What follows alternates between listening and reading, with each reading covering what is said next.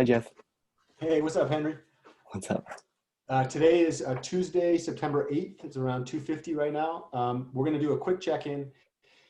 I wanted to actually ask you some questions, Henry. Can you tell me right now where you are in your education, what year you are, what you're doing?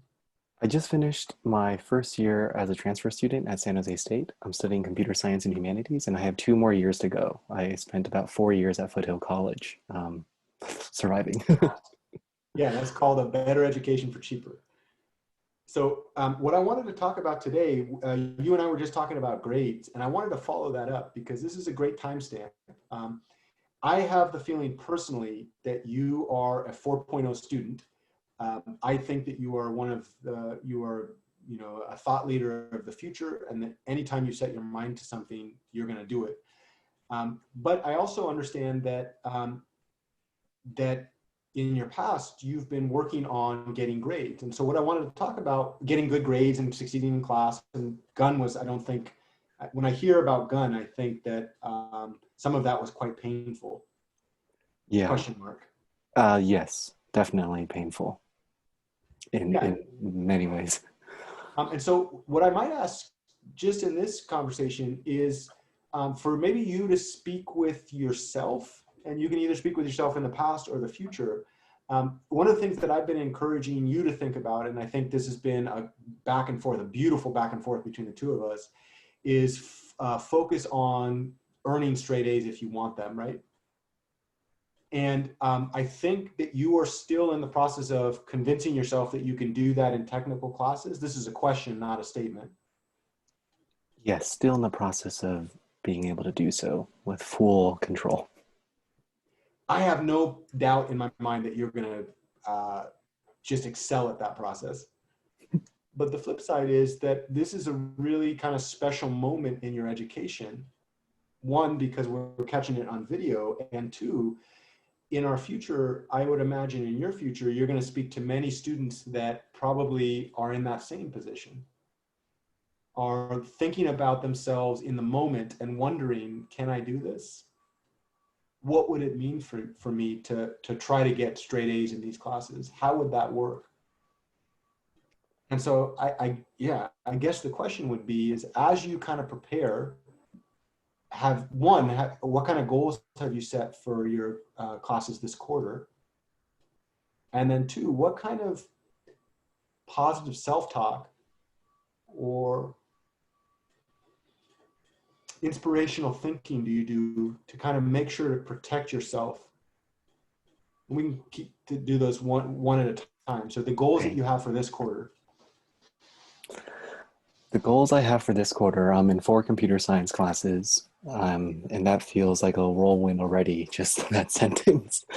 But the goals I have in succeeding in those courses is attending office hours each and every week, is dedicating a reasonable amount of time to understand lecture, because if I don't do that, I actually find myself spending exponential amount of time meeting the expectations of my professors and doing the assignments and succeeding in the assessments. Um, and a third goal, I have many, but a third goal I would say is learn the material not for the teacher, but for myself. Learn the material and recognize that there are students around the world who are trying to learn the same concepts that I'm trying to learn without any guidance, with limited technology, without air conditioning, without a comfortable soft chair, and without Jeff Anderson. So I try to channel that perspective and that lens of privilege in achieving my academic goals. You're going to do it. You're going to do it. I might coach, and I think this is something that as you work through, you're going to have to figure out where your comfort zone is on that.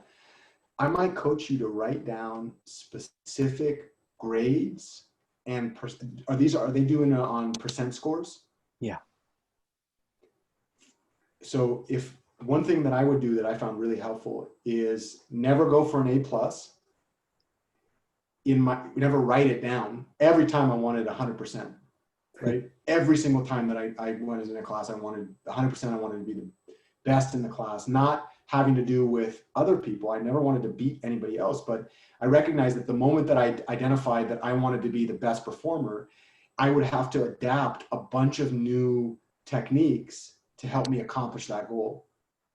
The reason I never wanted to shoot written down for a 98 or above is there was no wiggle room on that. So in a lot of my classes, out of the, I said this earlier, like 14 A pluses, 28 A's, and 3 A minuses. The A minuses hurt. They were above 90, but below 92, which was the cutoff. The A pluses, a lot of those I didn't shoot for A pluses. I just had my goal in mind. So my goal was always between 93, which is above the A minus, and 97, but really 96. So I wanted to give myself some wiggle room to mess up so that I wasn't drenching, right? And then I would just shoot for it. And I would write those down before the quarter actually started. And one thing that I would, I don't know how to ask this in a way, and I definitely wouldn't do this on camera, but I would definitely encourage you. Like, I think you're ready for that.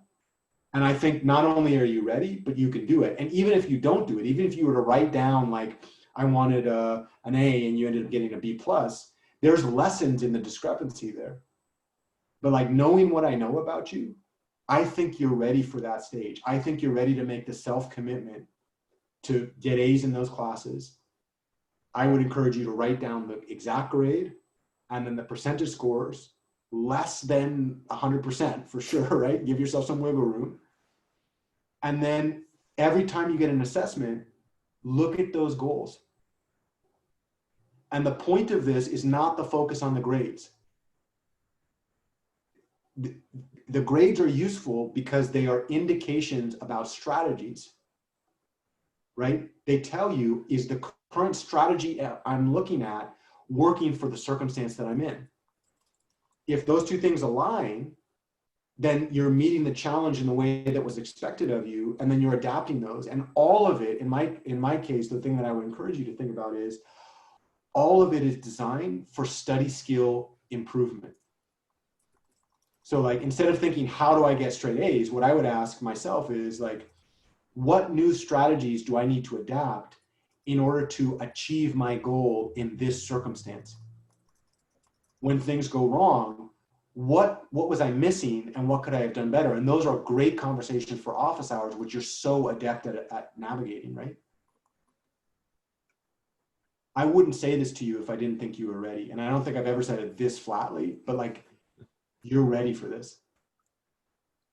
So let me ask you this. When you hear that, what comes up for you? An immediate actionable thing that I know will provide a return on investment, which is blocking out time for each one of my classes and understanding lecture. I have not yet done that consistently or successfully throughout the span of a term in my 6+ years in higher education. So this semester, that is one of the actionable things I want to do right away, implement right away. Say that back. When I can commit dedicated time, free of distractions and understanding lecture, I know I can get the grades that I work to get in my classes this semester. Awesome. All right. So from this small conversation, give me some overviews of concrete action items that you're going to take from this 5-10 minute conversation that we just had. Spending a minimum of 2 hours of deep work time. For those interested in deep work, they can search up Cal Newport. Deep work time per class, actually per lecture, I would say. Going into 1 office hours per each class per week, and a strong focus on the learning. Yeah, and do you feel that pain associated with those grades? Concept of grades? That's real. That pain is real. Like, there's a lot there. And that's one of the reasons that I'm involved with the learning code, because grades, there's so much societal pressure on grades. And I think it's really important to recognize that they're fictitious measurements of the thing that they're actually designed to measure. However, they're very, very real for students. Right? And so in this case, like, they're real for you. And I guess the point that I would make in this conversation for myself, because they are real and because they matter, I think for me they were very important as a mechanism to focus on learning. And one of the things that I really appreciate about you, Henry, is that you navigate that space with integrity, right? I wish I would have done that more when I was younger. But I think that the thing that I'm challenging, the thing that I'm kind of pushing, that I think is hard, is to, like, name it, write it down, and then use that as a guiding principle. Name the letter grades and the percentages. Write those things down. Keep them in a space that you can leverage for motivation. And then, not for the purpose of the grades themselves, but as a mechanism to realign the effort.